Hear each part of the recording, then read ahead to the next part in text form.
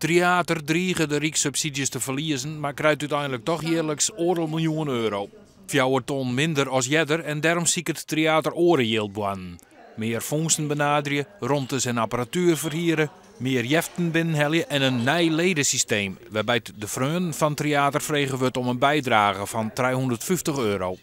En daarvoor leveren wij 2 complete joenen. Mij inspiratie, mij iemand die oer de voorstelling vertelt of oer thema's die op dat moment hot binnen.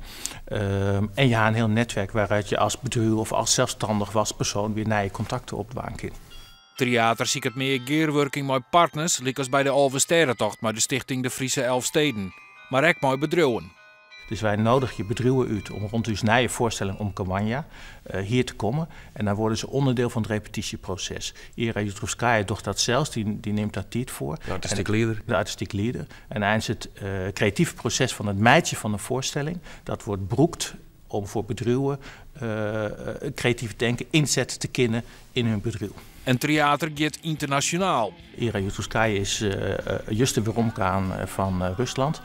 Daar is West in het kader van in 2013 is Nederland-Rusland hier. Nou, de kans dat wij ook in Rusland spelen zullen is vrij groot. Maar we binnen ook dwanen mij internationale contacten om in de toekomst meer in het buitenland te spelen.